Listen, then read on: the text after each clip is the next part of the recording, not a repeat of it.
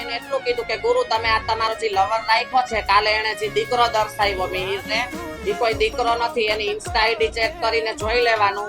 એની સાસુમાના, એની નણંદના બધા video proof છે કે ગુરુ તમે અમે આટલું માંગીને દઈ છીએ, તમે સોનાનો દાણો ના પહેરાવો.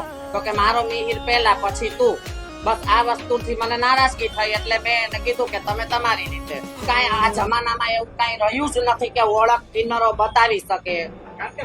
પબ્લિક પહેલાના સમયમાં તો એવું હતું કે લાઈટ ના હોય ને કિન્નર એમ કે પંખો ચાલુ થાય તો એ થઈ જાય.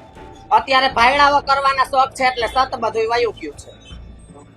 અને મારી પાસે બધા પ્રૂફ છે કે 5 દિવસ પહેલા મિહિર અને મીરા બંને સમાધાન માટે કોલ કર્યો. મેં વિડિયા ઉતારેલા છે, પ્રૂફ છે. માફી માંગે છે કે તને લખાણ કરી દઉં, મોઢામાં ચંપલ લઈને માફી માંગુ, મારે તારી જરૂર છે.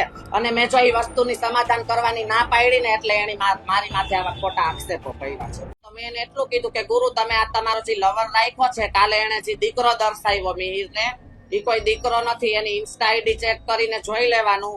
એની સાસુમાના, એની નણંદના બધા વિડીયો પ્રૂફ છે કે ગુરુ તમે અમે આટલું માંગીને દઈ છીએ, તમે સોનાનો દાણો ના પહેરાવો.